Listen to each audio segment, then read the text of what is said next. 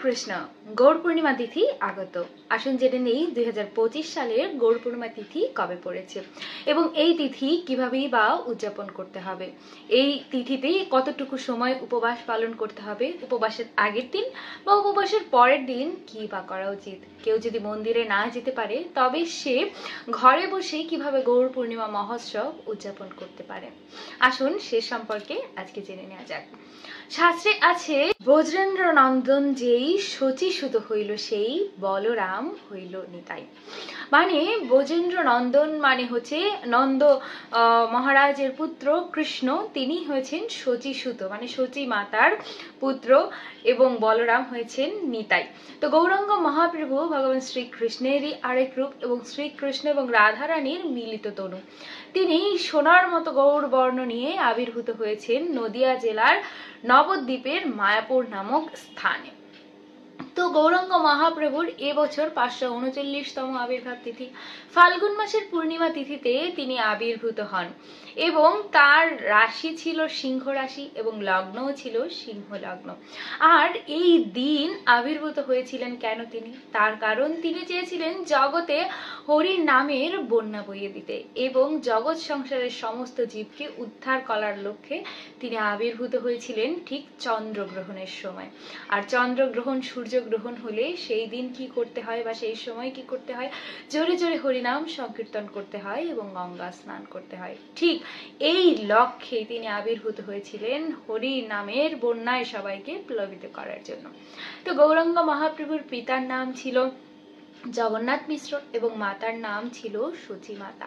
তিনি তার বাবা মায়ের 10ম সন্তান। তার পূর্বে 8টি তার কন্যা সন্তান দেহ রেখেছিলেন এবং তার পূর্বে একটি ভাই ছিল বিশ্বরূপ, তিনিও সন্ন্যাস গ্রহণ করে চলে গিয়েছিলেন। তাই শচী মাতা তার ছেলের উপর থেকে সমস্ত ধরনের বদ নজর বা কোনো ডাকিনী শাকিনীদের কোনো প্রভাব যেন না থাকে, এই জন্য গৌরাঙ্গ মহাপ্রভুকে নিম বৃক্ষের নিচে জন্ম প্রদান করেছিলেন। তাই গৌরাঙ্গ মহাপ্রভুর আরেক নাম নিমাইও বটে। এই দিন 14ই মার্চ আমাদের পূর্ণ দিবস উপবাস করতে হবে, সন্ধ্যা পর্যন্ত নির্জলা উপবাস, আর তারপরে গৌর নিতাইয়ের অভিষেক করিয়ে বা অভিষেক দর্শন করে এরপরে আপনারা অনুকল্প প্রসাদ গ্রহণ করতে পারবেন। কিন্তু এই যে সন্ধ্যা পর্যন্ত নির্জলা উপবাস, এই বিধি সকলের জন্যই, কিন্তু যারা অনেক অসুস্থ বা কোনো ক্রমে যাদের পক্ষে নির্জলা উপবাস করা সম্ভব নয়, তারা ভগবানকে নিবেদন করে অনুকল্প প্রসাদ গ্রহণ করতে পারবেন।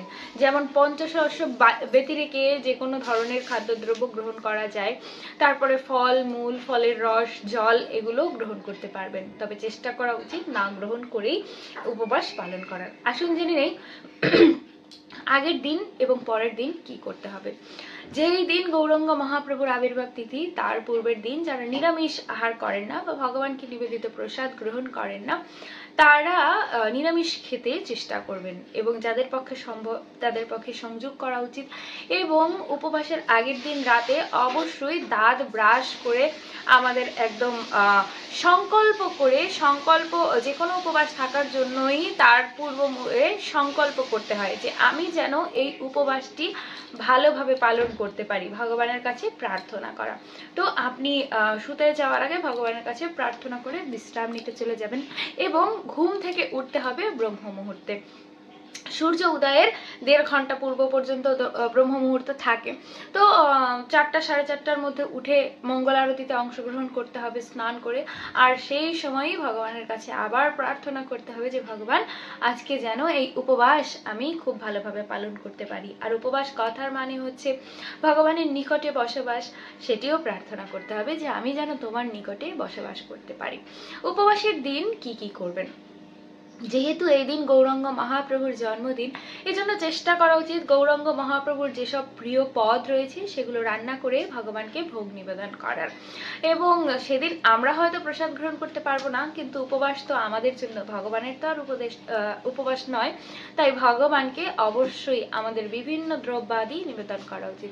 গৌরাঙ্গ মহাপ্রভুর সব থেকে প্রিয় হচ্ছে বিভিন্ন ধরনের শাক এবং বিভিন্ন ধরনের শাকের ভিতরেও প্রিয় হচ্ছে পাট শাক, কচু শাক, লাউ শাক, বথুয়া শাক, এই বিভিন্ন রকমের শাক যেগুলো বুনো শাক বনে জঙ্গলে হয়ে থাকে, বোনার দরকার হয় না, সেগুলো প্রিয়। প্রচুর সমস্ত আইটেম শুক্তো সহ এগুলো গৌরাঙ্গ মহাপ্রভুর প্রিয়। এছাড়া থোর, মোচা, মোচা ঘন্ট অনেক প্রিয় গৌরাঙ্গ মহাপ্রভুর। কলা, কলা জাতীয় দ্রব্য অনেক প্রিয়। মিষ্টি দ্রব্যের মধ্যে রয়েছে দুগ্ধতর্ণী, যেটি লাউয়ের পায়েস, তারপরে ক্ষীর, পুলি, ক্ষীরসা, তারপরে বিভিন্ন ধরনের পিঠে গৌরাঙ্গ মহাপ্রভুর প্রিয়। টক জাতীয় দ্রব্যের ভিতরে টক দই এবং টক দই দিয়ে নির্মিত বিভিন্ন ধরনের দ্রব্যাদি গৌরাঙ্গ মহাপ্রভুর প্রিয়। এছাড়া টক ফলের রস, টক ফলের চাটনি গৌরাঙ্গ মহাপ্রভুর অত্যন্ত প্রিয়। এটি এই দিনেও আপনারা ভগবানকে নিবেদন করতে পারেন এবং পরের দিন যেদিন আমরা নন্দোৎসব পালন করি সেই দিনও আপনি উপবাস ভঙ্গের পূর্বে ভগবানকে এই জাতীয় দ্রব্যাদি নিবেদন করে তারপরে উপবাস ভঙ্গ করতে পারেন। 15 তারিখ যেদিন উপবাস ভঙ্গের দিন, সেই দিন অবশ্যই আপনাকে নিরামিষ খেতেই চেষ্টা করা উচিত এবং উপবাস ভঙ্গের পূর্বে ভগবানকে ভোগ নিবেদন করে সেই ভোগ দানকারী দ্রব্যাদি, সেই প্রসাদ বৈষ্ণবদের মধ্যে বা আপনার যারা উপবাস পালন করেছে তাদের মধ্যে বিতরণ করতে পারেন। সেটি খুবই ভালো বিষয় হয়। এখন আসুন জেনে নেই ঘরে বসে আপনি কিভাবে পালন করতে পারেন বা ঘরে বসে কিভাবে অভিষেক করতে পারেন। যদি আপনাদের গৌর নিতাইয়ের বিগ্রহ থাকে বা গৌর নিতাইয়ের চিত্রপট থাকে তথাপি হবে।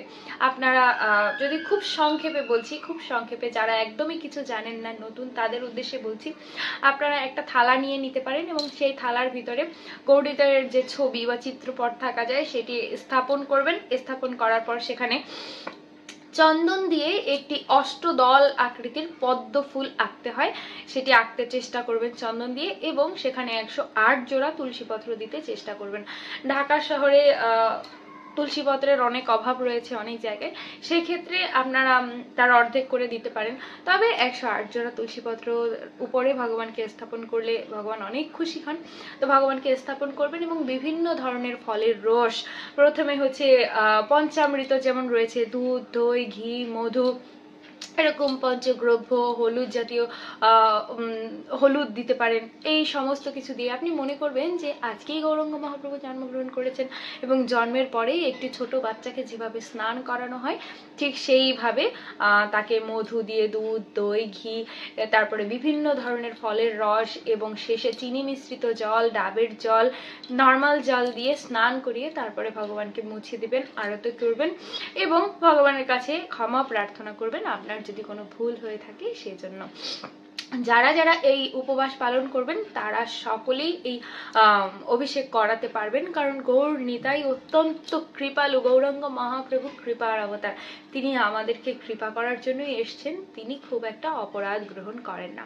আর যদি পারেন স্থানীয় বিভিন্ন ইস্কন মন্দিরগুলোতে আপনারা অংশগ্রহণ করতে পারেন, সেখানে গৌর নিতাইয়ের মহা অভিষেক পালন করা হয় এবং আপনারা চাইলে সেসব অভিষেকে যোগদানও করতে পারেন। আর অভিষেক করানো এবং অভিষেক দর্শন করা একই ফল শাস্ত্রে বর্ণনা করা আছে। তো আশা করছি আপনারা সকলে ভগবানের প্রতি অধিক ভক্তির সহকারে এই গৌর পূর্ণিমা তিথি পালন করবেন এবং মায়াপুরে যারা আছেন, নবদ্বীপে যারা আছেন, তারা তো গৌর পূর্ণিমায় বিশাল আড়ম্বরে পালন করেন এবং সেখানে গৌরাঙ্গ মহাপ্রভুর জন্মদিন মানে সবকিছু। তো সেই বিশেষ তিথির জন্য এখনই উৎসব শুরু হয়ে গিয়েছে। তো যাদের পক্ষে সম্ভব তারা সেসব স্থানেও ভ্রমণ করতে পারেন, গৌরাঙ্গ মহাপ্রভুর জন্মস্থানে যেতে পারেন যদি সম্ভব হয়ে থাকে, আর না হলে আমাদের মতোই প্রার্থনা করবেন ভগবানের কাছে। তো যাই হোক, এরপরেও যদি আপনাদের কোনো কিছু জানার থাকে সেটি কমেন্ট করে জানাতে পারেন। আপনাদের সকলের চরণে প্রণাম জানিয়ে আজকের পাঠ এখানেই বিশ্রাম রাখছি। হরে কৃষ্ণ।